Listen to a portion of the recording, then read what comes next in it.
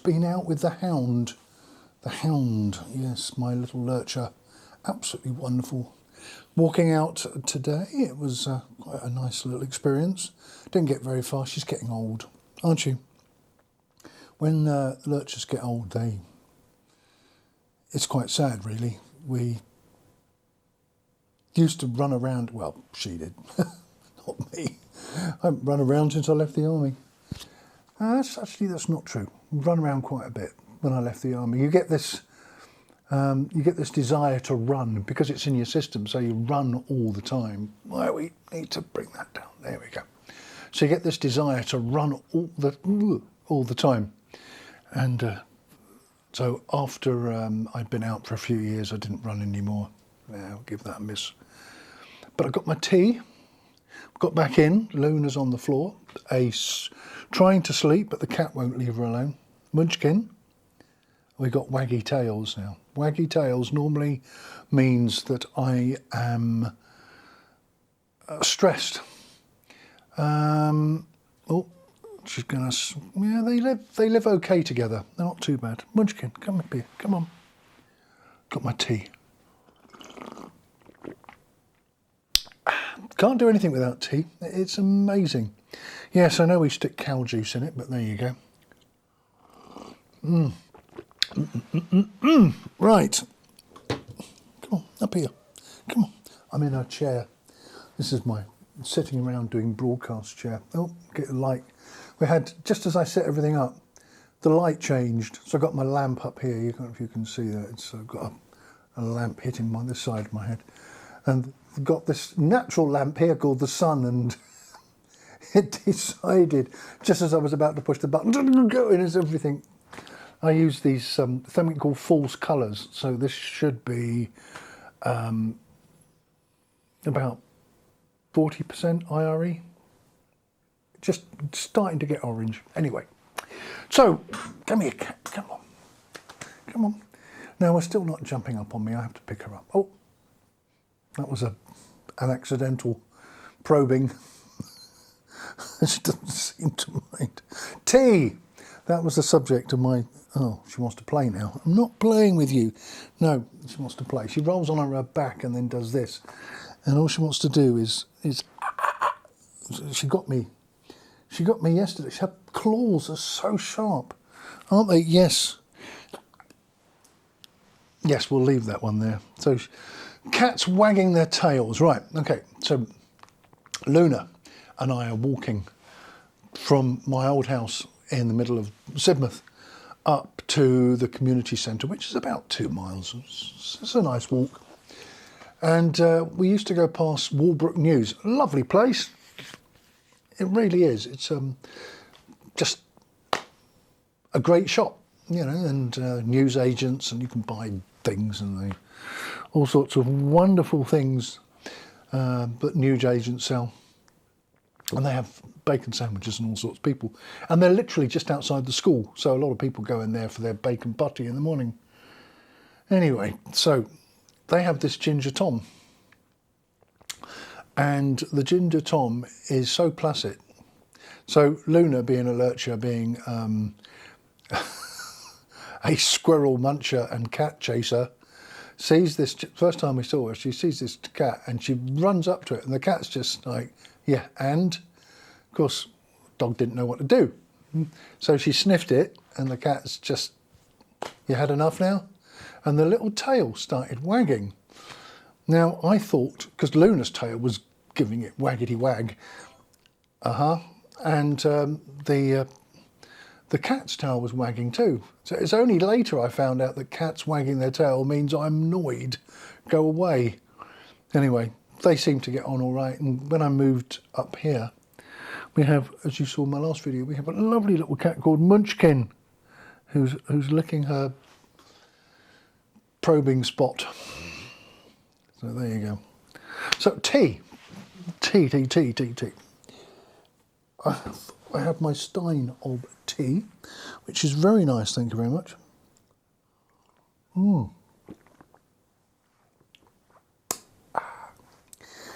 So there I am with my tea. Reminds me of when I lived in Basingstoke, the city of 1,000 roundabouts. If you you live in Basingstoke, your tyres on your car wear out on the front left before anyway, because you're constantly going round the roundabout, and that's the one that gets hit. So you end up with Basingstoke tyres. You see that? Oh, that's Holly and Helen in the background. Right.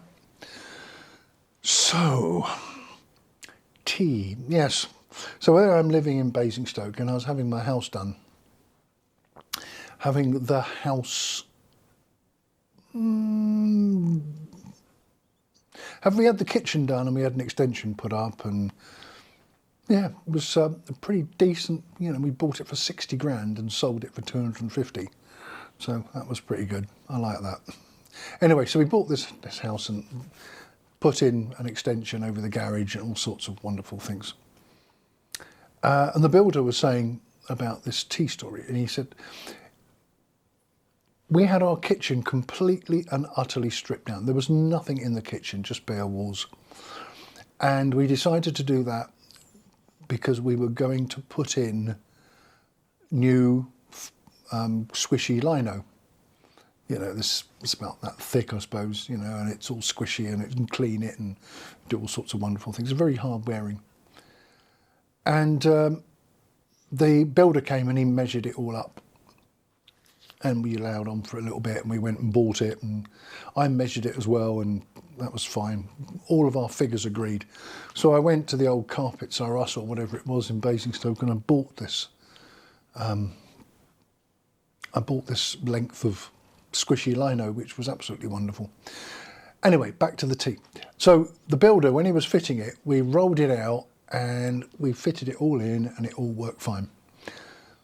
And we had about, 4 or 5 inches all the way around the side to discard.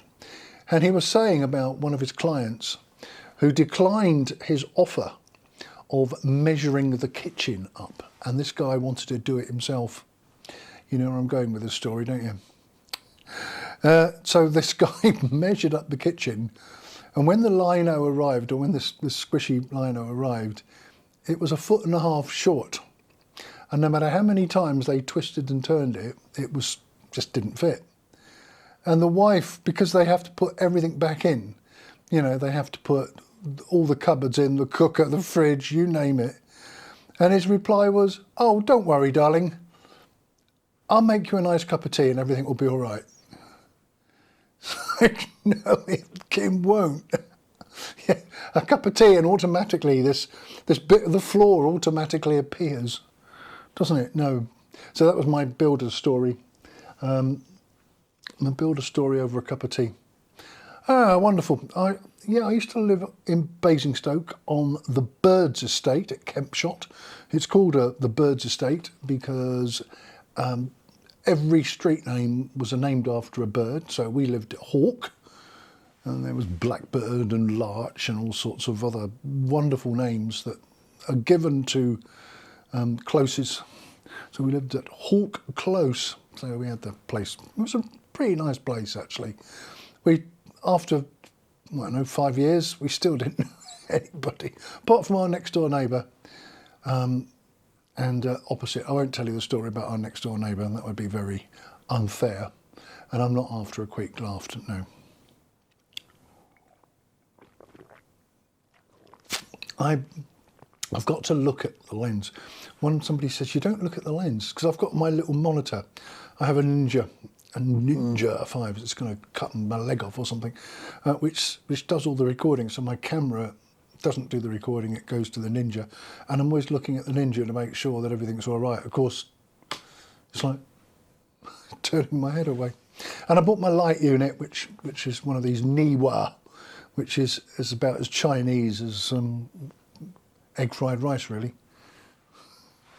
There's a lovely story. One of the comedians was saying, he said he went out and he'd had a few beers on a Saturday night, and he went for his eggy fried rice, and he rang up just outside and ordered it. And when the bloke said, "Well, you got that?" He says, "Oh, I'm going to deliver this eggy fried rice to so and so." He said, "That's mine. But as you're going there, can you give me a lift home on the back of your moped?" That was good. Eggy fried rice. We had a guy in the army called, his nickname was Wedge.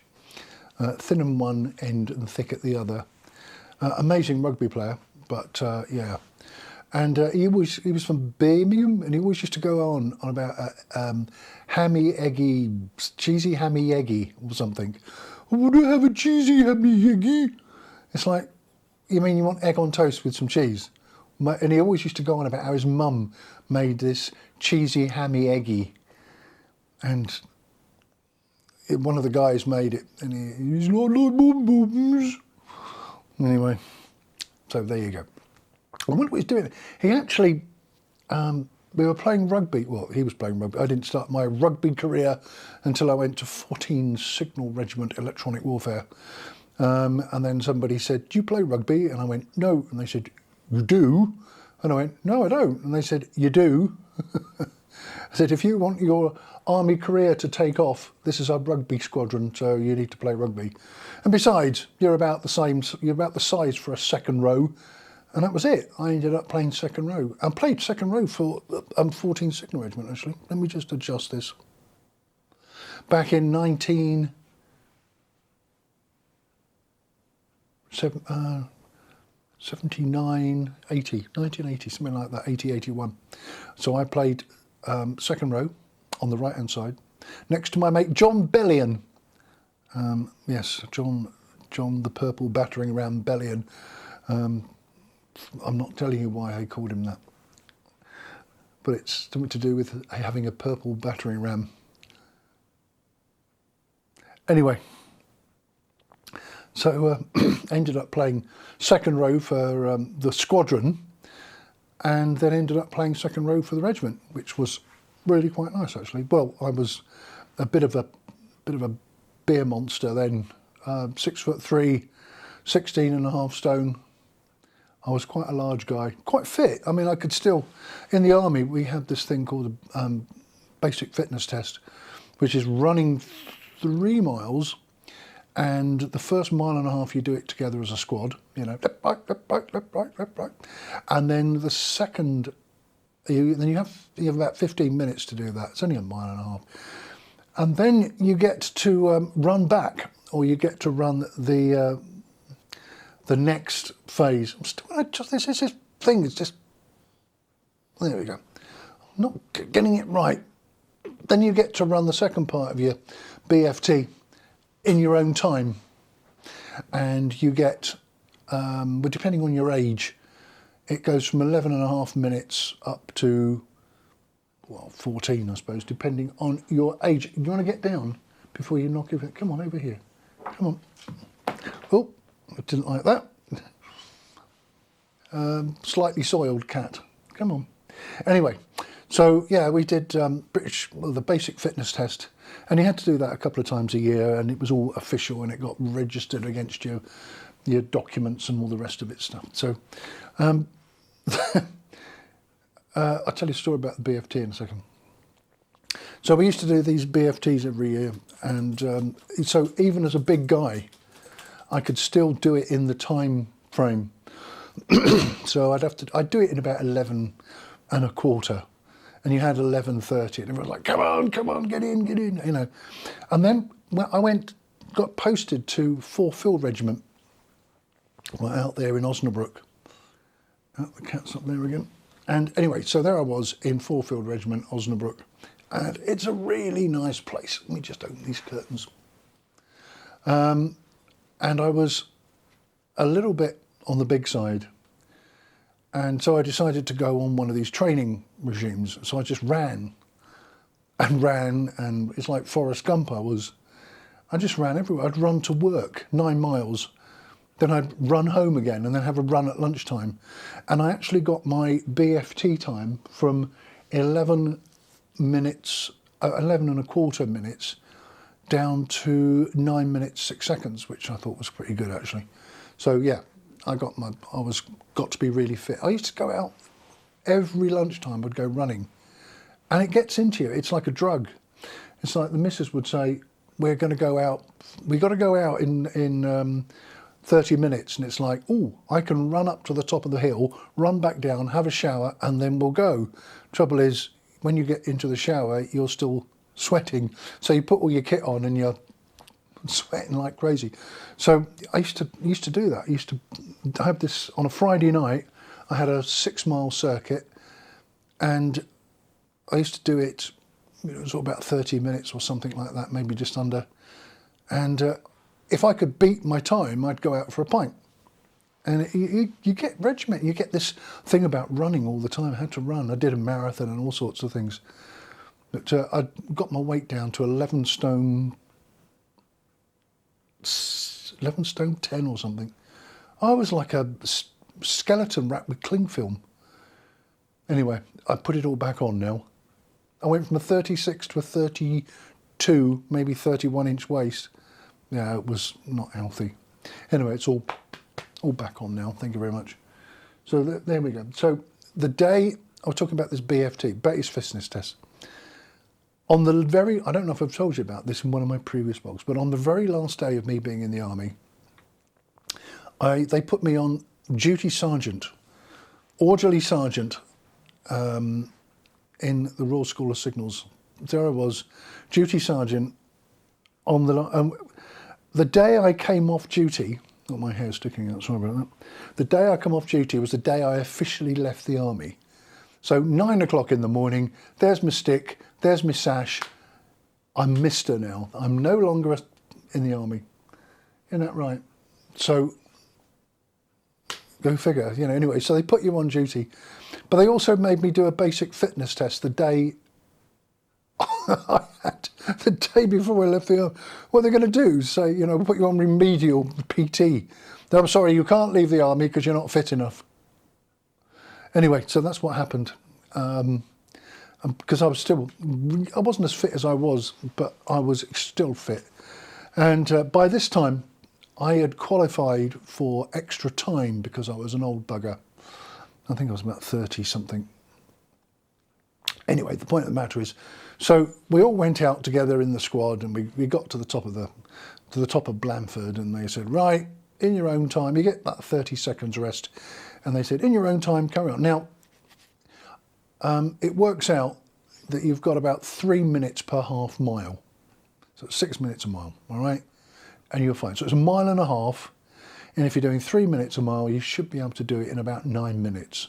So just over 3 minutes a mile, something like that. So there I am. I'm off. And because I'm at that side, hang on, the sun's coming out again. Let me just pull this back. Because the cat's the other side of that now. This is the thing running with the lights.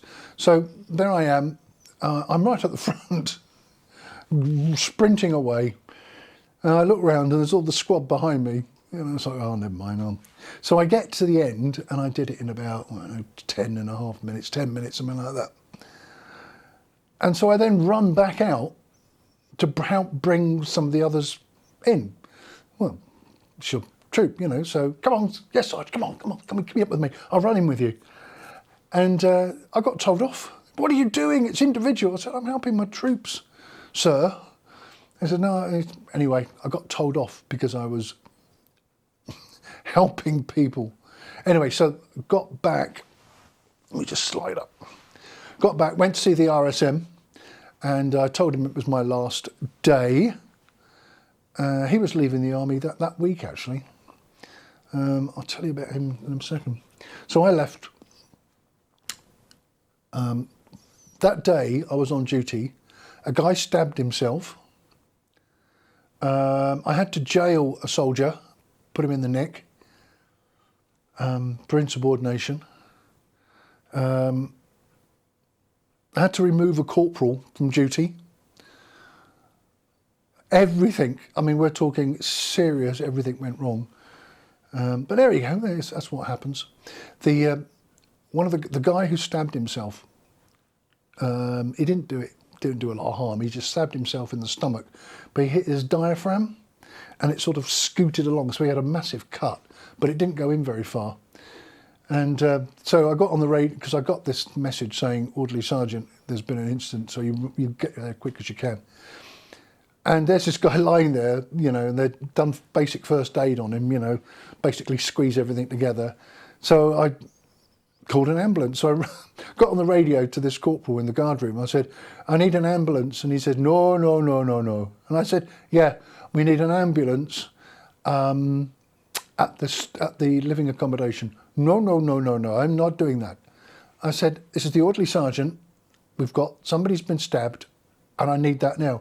No, no, no, no, no, I need, orderly officer tells me.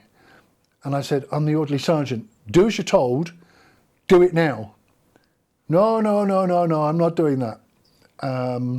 Eventually, we got the orderly officer, and the orderly officer, I met him at the guard room, and the corporal was, why didn't you, the guy's been stabbed.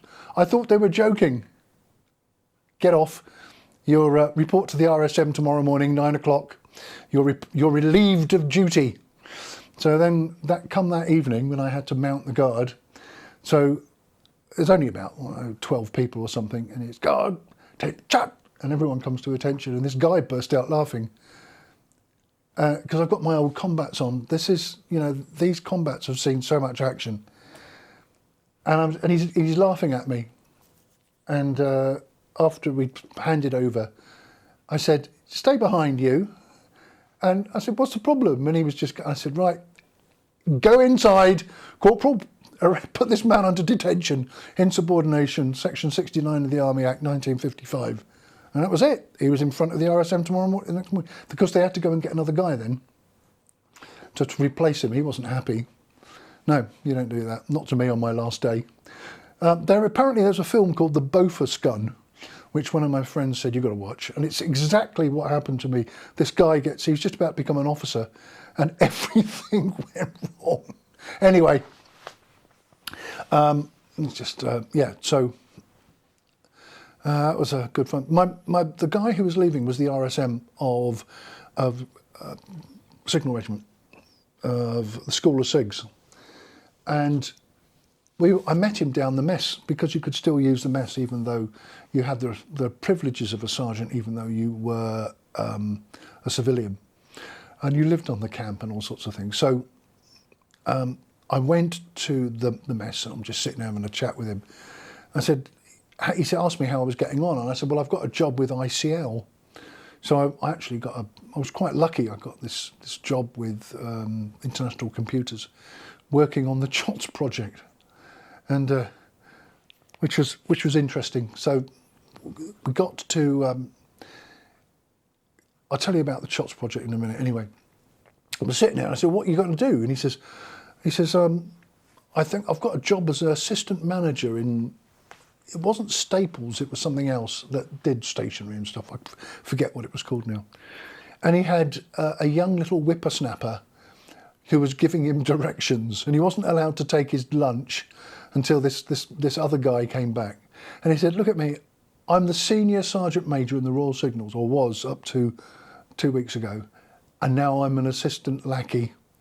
He was having a bad time. Anyway, I went to ICL, and I started writing, because I wrote software for a living. I still do a bit, check out Bob's Sudoku solver on the App Store. It's pretty good, actually. It's 69p, I think, and it works. Anyway, so there I was in ICL, and my security vetting went from public, or army, to public.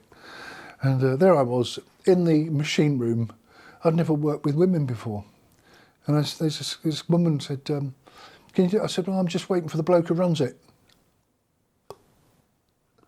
Wasn't the right thing to say. And so I was re-educated. That was all right. I don't mind that. People, when you're in a male-dominated environment, it's difficult. Anyway, I changed. You have to. I think it's great now. What else has happened?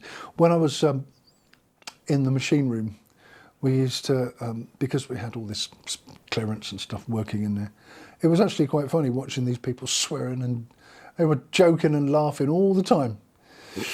Yes, we know about you. Anyway, so I'm not going to talk about ICL, but it was just a great company. I'm glad they're still going.